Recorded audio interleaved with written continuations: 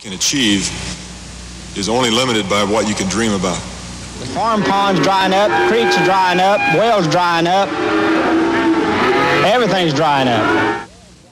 Pilots of a strange, spindly airplane called Voyager secured their place in history with a magnificent flying feat. Dick Rutan and Gina Yeager completed a nonstop journey around the world on one load of fuel. For 9 days, they battled technical snafus, violent storms, and physical exhaustion in a cockpit the size of a pop tent. But they realized their dream after logging 25,000 miles.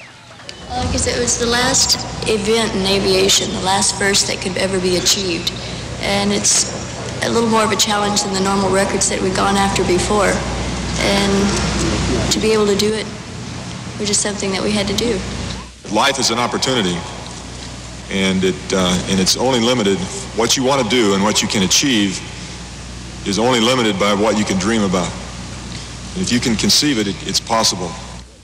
President Reagan plans to honor the pilots tomorrow in Los Angeles, awarding citizens' medals to Rutan, Yeager, and Rutan's brother, Bert, the designer of the Voyager. Another Voyager soared into the headlines this year. The U.S. spacecraft Voyager 2 made an arduous journey into outer space, sending back startling close-up views of the planet Uranus. The spacecraft discovered new moons and rings and provided the first evidence of the planet's magnetic field.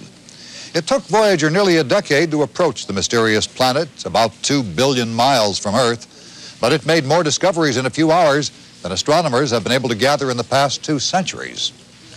A devastating drought ravaged the American Southeast this year. In other parts of the world, nature's unpredictability produced even more deadly disasters. Out of the African night, without warning, the cloud of death rolled silently down through sleeping villages in northern Cameroon. Hundreds of people suffocated in their sleep. Entire families were wiped out. Miraculously, a few people managed to escape and warn the rest of the country. Scientists say it was poisonous gas from a volcanic lake, probably released by a landslide or earthquake. More than 1,700 people died in the Cameroon death cloud, but the real toll may never be known because hundreds were buried without being counted. El Salvador, already plagued by civil war and a weak economy, was hit by a devastating earthquake that killed more than 1,000 people, injured 10,000, and left 200,000 homeless. Every government building in the capital city of San Salvador was in ruins or damaged. Hotels, hospitals, and homes were in shambles.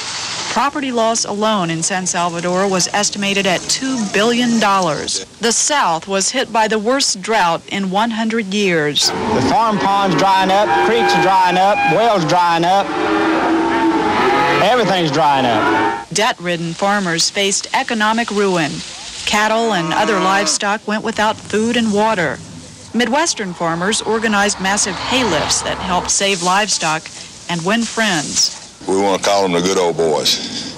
And, you know, that's a Southern saying, but we have to classify them Illinois people as good old boys. While the Southeast shriveled under a merciless sun, the West and Midwest had to battle to stay above water. Torrential downpours inundated West Coast states.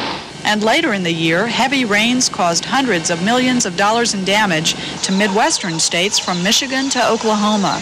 Thousands were forced from their homes, and Michigan alone reported $300 million in property and crop damage. Volcanoes erupted in Japan and Hawaii, putting on spectacular visual displays. On the Japanese island of Oshima, 11,000 people were swiftly evacuated when Mount Mahara erupted for the first time in 12 years. Like a gigantic cauldron, Hawaii's Mount Kilauea bubbled over with molten lava, sending fiery rivers surging to the sea. Scores of homes were consumed as the lava burned through forest to build a black beach where it touched the ocean. But again, people in the path of the molten lava were evacuated safely. Alaska's Hubbard Glacier pushed across Russell Fjord and created an instant inland lake 40 miles long. It also created an instant trap for hundreds of porpoises and seals. For weeks, the fate of the animals was in doubt, but finally nature relented. The 300-foot ice dam broke up, and the porpoises and seals made it out on their own. For the Year in Review, I'm Pat Etheridge. The Year in Review will continue with a look back at Hands Across America. And the biggest, brightest 4th of July ever.